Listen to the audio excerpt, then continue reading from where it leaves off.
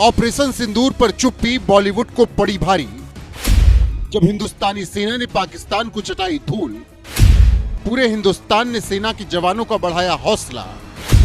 Bollywood gang ने operation सिंदूर पर साधी चुप्पी। अब महाराष्ट्र पुलिस ने बॉलीवुड वालों को लताड़ा।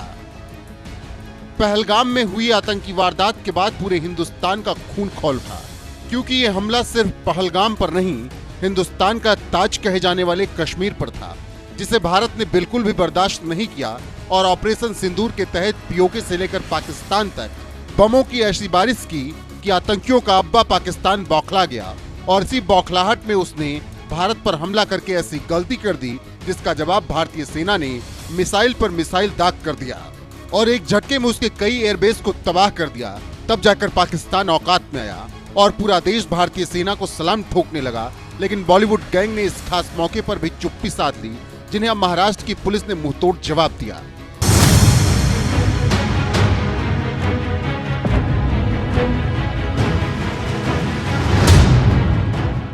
दरअसल ऑपरेशन सिंदूर के तहत भारतीय सेना ने जब पाकिस्तान को सबक सिखाया तो बॉलीवुड की कुछ हस्तियों ने तो हमारी सेना को उनकी वीरता के लिए सलाम ठोका, लेकिन शाहरुख खान, सलमान खान, रणवीर कपूर और प्रियंका चोपड़ा जैसे कई बड़े कलाकारों ने सेना के लिए कोई बयान नहीं दिया, जिस पर महाराष्ट्र पुलिस ने तंज मारते हुए उन्हें गजब ट्रोल किया और इंस्टाग्राम पर एक स्टोरी लगाते हुए लिखा, डियर सेलिब्रिटीज, अब सब सेफ हैं, अब आप दोबारा इंस्टाग्राम की ओर क्रॉल बैक कर सकते हैं। अब अपने इंटरनेशनल फैन बेस को नाराज करने का कोई खतरा नहीं।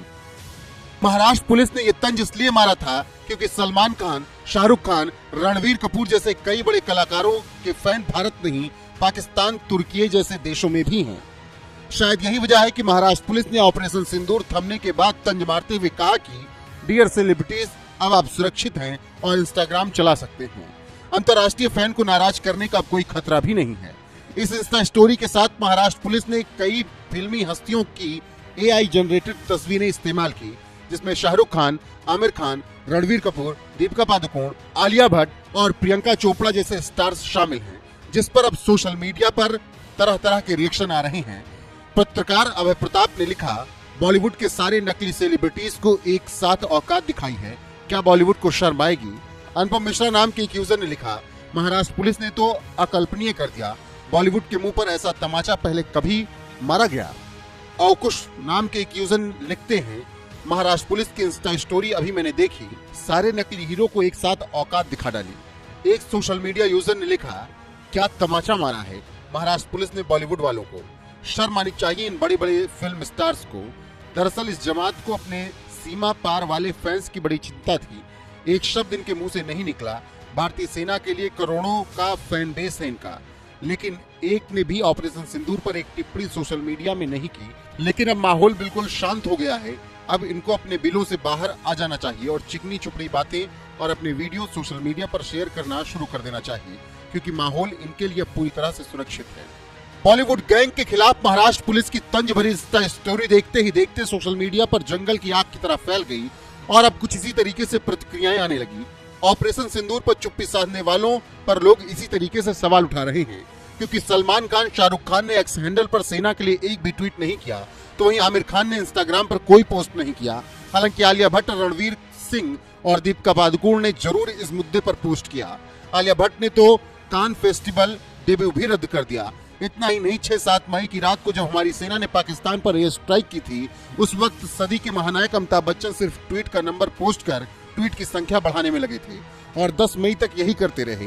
11 मई को जब पोस्ट भी किया तो पीएम मोदी का नाम लेने में उन्हें शर्म आई और जहां जहां उनका नाम होना चाहिए था वहां ब्लैंक छोड़ दिया, जैसे मानो फिल इन द ब्लैंक्स वाला गेम खेल रहे हो महानायक। सदी के महानायक कहे जाने वाले अमिताभ बच्चन का ये ट्वीट है, जिन्हें शायद अपने ही देश के प्रधानमंत्री का नाम नहीं पता है या फिर पता होगा तो नाम लेने में शर्म आ रही होगी। तो क्या इन बॉलीवुड गैंग वालों से सेना की तारीफ के लिए 2 शब्द की उम्मीद भी आप अब नहीं कर सकते हैं? वैसे सेना को इनकी तारीफ और इनके शब्दों की जरूरत नहीं है, लेकिन फिर भी जिस तरीके से बॉलीवुड वालों ने ऑपरेशन सिंदूर एयर स्ट्राइक पर बोलने से बचना ज्यादा मुनासिब समझा, उस पर आपकी राय क्या है, कमेंट कर हमें जरूर बताएं। साथ ही फिल्मों में विलन का रोल करने वाले मुकेश ऋषि ने इस पूरे मामले पर क्या कुछ कहा, वो भी एक बार जरूर पूरे देश को सुनना चाहिए और तय करना चाहिए कि असली हीरो कौन है और विलेन कौन है। और जिन लोगों का दम वो भरते थे उन्हीं लोगों की खुशियां छीन ली हैं? और टूरिस्ट जो होता है ना, हम जब जाते हैं हर जगह स्टेटों में जाते हैं, टूरिस्ट को लोग भगवान मानते हैं, उसकी इज्जत होती है। लेकिन यहां इस तरह ये सलूक, आदमी बहुत तकलीफ पहुंची है हमको। ये बात सही है कि मैं कुछ दिन बाद 28 को मैं कटरा में था, मैं 3-4 दिन वहां रहा। वहां मैं कुछ लोगों से इसलिए मिला कि मैं एक मैसेज देना चाहता था कि वैष्णो देवी के यहाँ सब ठीक ठाक है। लेकिन वो जो वहां पहलगाम में जो हुआ है, बहुत तकलीफ हुई उससे। उसके बाद जो रिएक्शन हुआ है, कभी कभी इस तरह के हादसे जब होते हैं तो वो आपको सोचने पे मजबूर कर देते हैं, एक होने पे मजबूर कर देते हैं। क्या कहना चाहिए ऑपरेशन सिंदूर के बारे में जो इंडियन गवर्नमेंट ने किया? मैं सराहना करना चाहता हूं पीएम मोदी साहब का, क्योंकि ये जो हादसा है ये किसी एक के, दो का, 10-50 के बस का नहीं था, ये सरकार के ही बस का है।